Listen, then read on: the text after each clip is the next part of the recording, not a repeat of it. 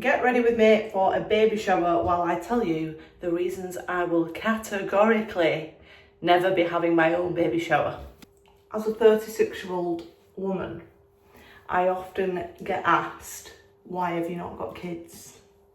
And I feel like saying, why have you got kids? Have you ever really asked yourself that question? And don't get me wrong, like, I do not hate kids, and there are several, I'm not going to say plenty, I'm only going to say several of my friends who have got children who I can see they clearly adore them. Like, they absolutely love them, the light of their life, it's the best decision they've ever made. And I look at pictures of them on Facebook and Instagram with the kids doing little, happy things, days out at the zoo and park and stuff, and I think, good on you, girl. Like, you are clearly loving life as a mum. Could never be me. Could never be me. And it's not because I don't like children. I am literally a primary school teacher. Well, not anymore, but I'm a qualified primary school teacher, and I loved teaching. And I was so, protective of my kids when I was a teacher. I just adored them. They were like my kids. But that is the thing. I love kids in a primary school setting, not outside. I love teaching kids. I love the whole school environment. I love how funny they are and how amazing it is when you get a really lovely class and you get so super attached to them. But never once have I thought, oh, I really want a baby. Never crossed my mind. In fact, a few years ago, when I was probably 30, I actually had this conversation with my ex, and both of us were like, right, we're gonna have to have a kid. Well, when we're gonna have it? And it was this absolute fucking chore to have a child. And I was just doing it out of being on the treadmill of life, thinking, well, that's what you do. You get married, you have a child, you do all those things. But I have never wanted a kid in my life. I just don't have the maternal instinct. Now, if I were to have a kid, I don't doubt that I would love it. I don't doubt that I would feel so much love for that child. I'm not under that illusion, because obviously you get attached to them, don't you? But without having the instinct, because that's what it is, the maternal instinct to have a kid, it's a real hard sell. I'm not going to lie. I look at all my friends with kids and I can see that some of them are enjoying themselves, many of them are not.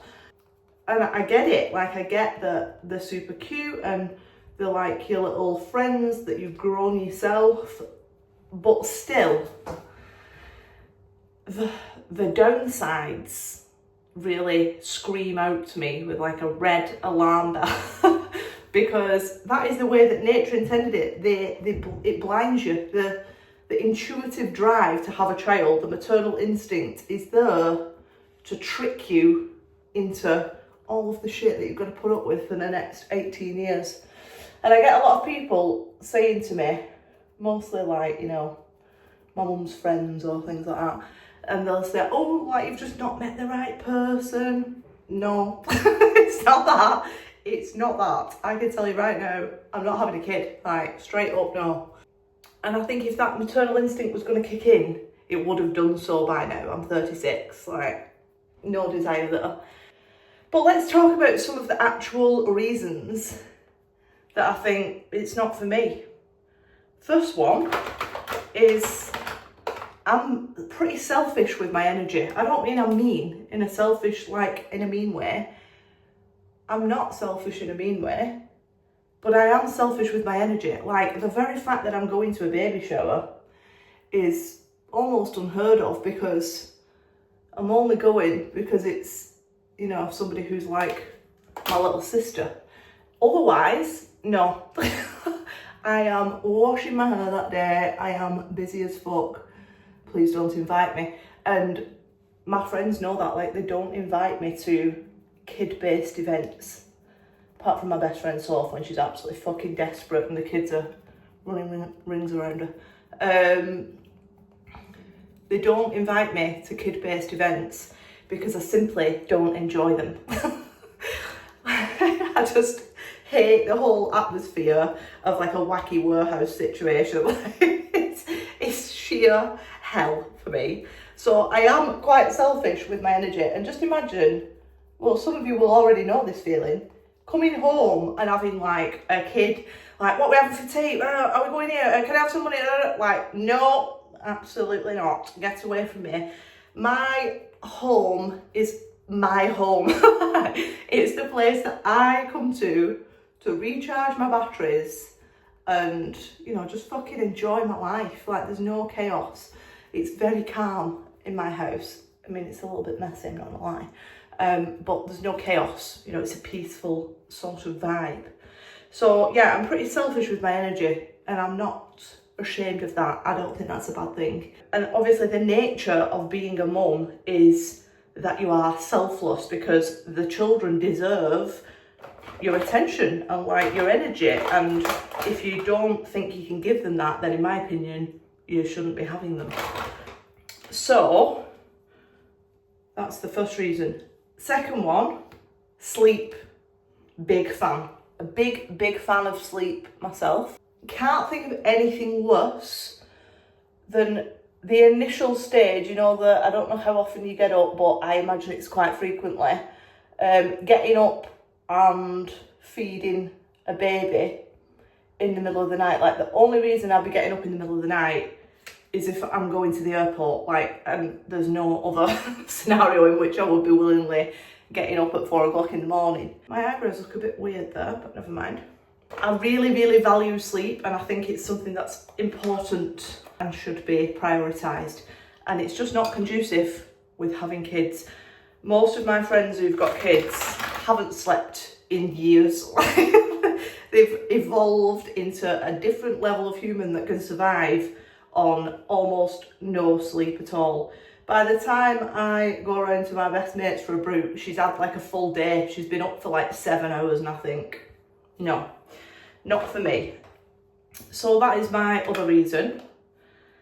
The next one, very expensive, very expensive, particularly now, because I feel like when I was a kid, you know, there wasn't really that much to do. There wasn't like loads of clubs, there was brownies, there was an odd thing here and there that you went to for like a few weeks. But now, like, from a teacher perspective, parents are like running their whole life around the children's social life. My social life when I was a kid was playing out. That was pretty much it. And I had a fantastic childhood. It wasn't like I was deprived. I had an amazing childhood, but I played out if I wanted to be social, and if I didn't, then I was with my mum and dad. I still am, actually. There's another reason they follow you around till they're 36.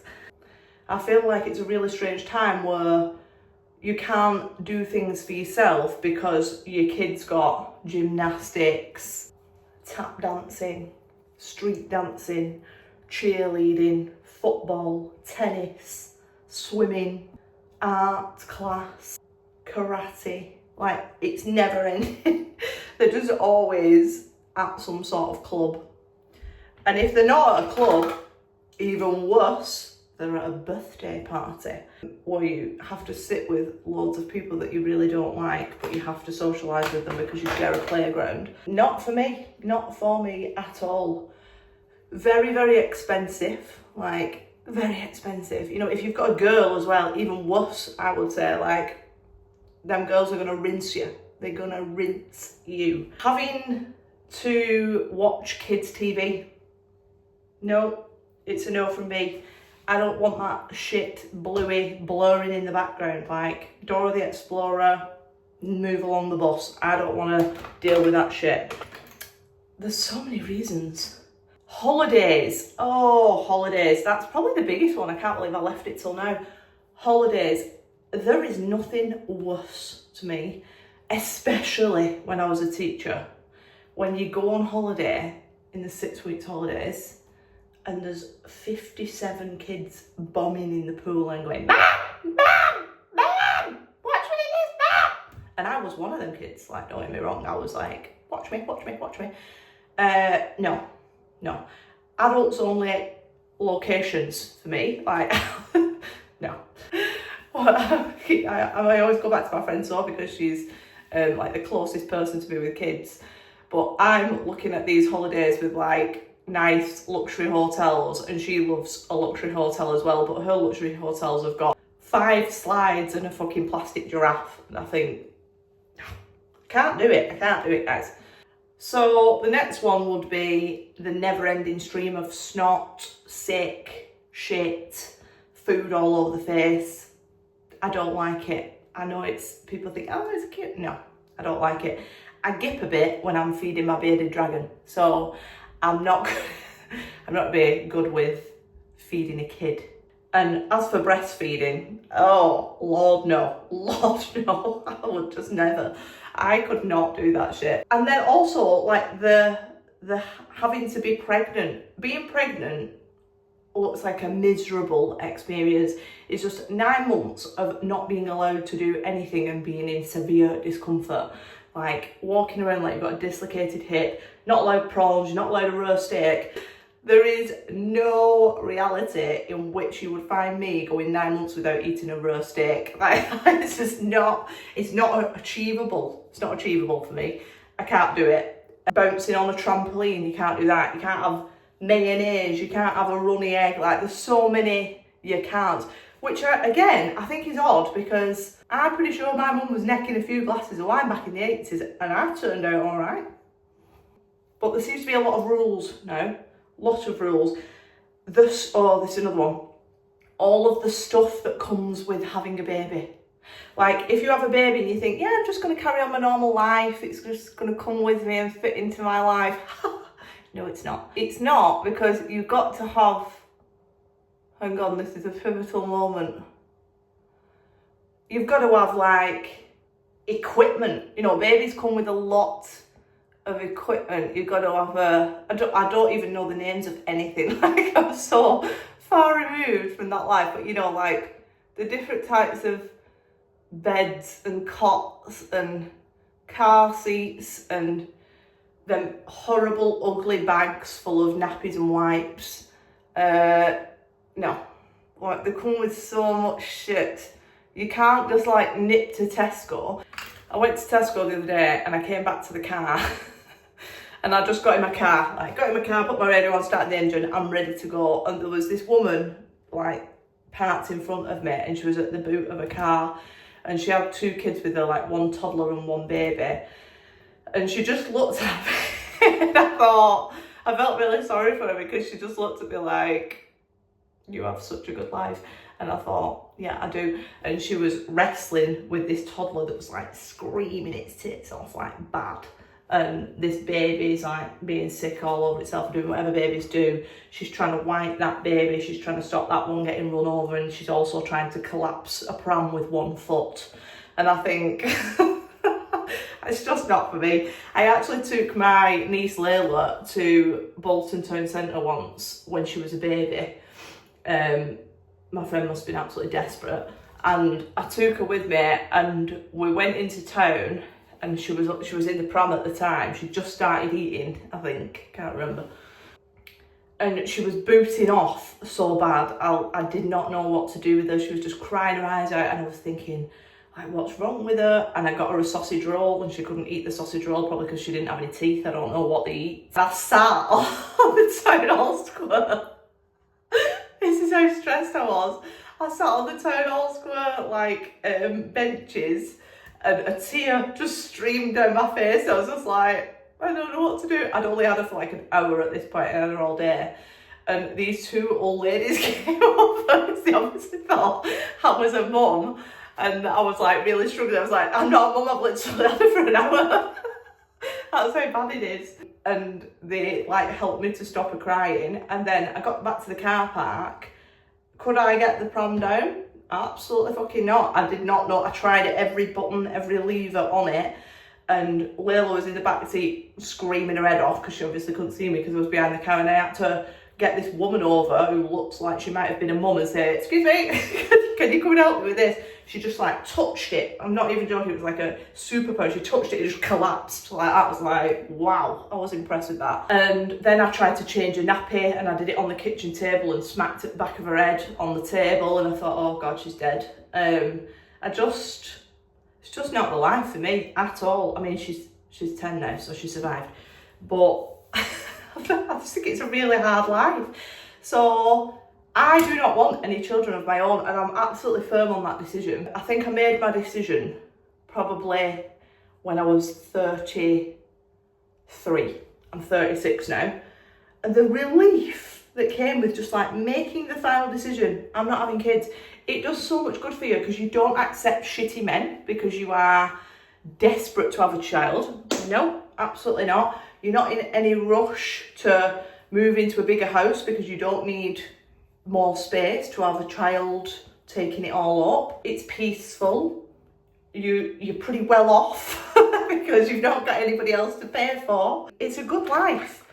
So I'm not saying don't have kids, but I'm saying if you are maybe in your early 30s or any age really, but you're thinking, oh, like I might not end up having kids, don't worry about it too much, because trust me when I say it's a good life. It's a good life, babe. And I actually think if you were to ask lots of mums, the honest ones, although they love the kids to bits, I bet you there's quite a few, maybe answer me in the comments, let me know what your thoughts are. I bet there's quite a few who would say, if I knew what I knew, probably wouldn't do it, probably would have swerved it. Another one, you don't know what you're going to get. It's a real lucky dip, because believe me when I say, there are kids that I have taught in my classes before that I've thought, this child is an absolute sheer delight, usually after year 3, year 2, year 3, no younger than that. I would take them home today and I would look after them for the rest of their life, happily. But you don't know you're going to get that one. And speaking as a past teacher, although I love my kids, I've loved every single child I've ever taught, there's some of them that I would think, I'm happy to see you pop off home at 3:30. Like, you know, I can't imagine coming home and you being there. Do you know what I mean? In the nicest way possible. You don't get to pick the child that you have. So if you're like my mum and dad and you're very fortunate and you get somebody who is as delightful as me, you've won the jackpot. But if you don't, you're still legally stuck with them. Now, without being too graphic, I'm blessed. I'll just leave it there. And I feel like pushing out a watermelon out of a size 5p hole would ruin that blessing. I've got a final one, probably the biggest one yet. If you have a child with the wrong man, you are stuck with that motherfucker for the rest of your life. Let that sink in for a moment. There's always going to be this thread of annoying attachment between you and the person you can't stand most on the planet. So just ask yourself, is it worth it? Is it worth it? And if you are a very happy mum, I am rooting for you. And if you are a struggling mum, I don't know what to say. I hope it gets better for you. I have no advice for you though. Maybe sell it on eBay. But yeah, I just thought I would share that because I think it's something that people don't talk about enough. Like if you are in your 30s, people assume that you either can't have children or that it's just because you're single and you've not found somebody to have children with. There's actually quite a lot of us out here, guys, that just don't fucking want them. Like, you've inspired us to not have them. So yeah, right, I'm gonna go out and blow dry my hair and get ready for this hellish ordeal. I've got to go and get a present. I don't know what you get for babies because I very rarely go to a baby shower. Maybe Calpol to knock it out. I don't know. So thank you for watching and let me know in the comments what your thoughts are on this and I will see you very soon.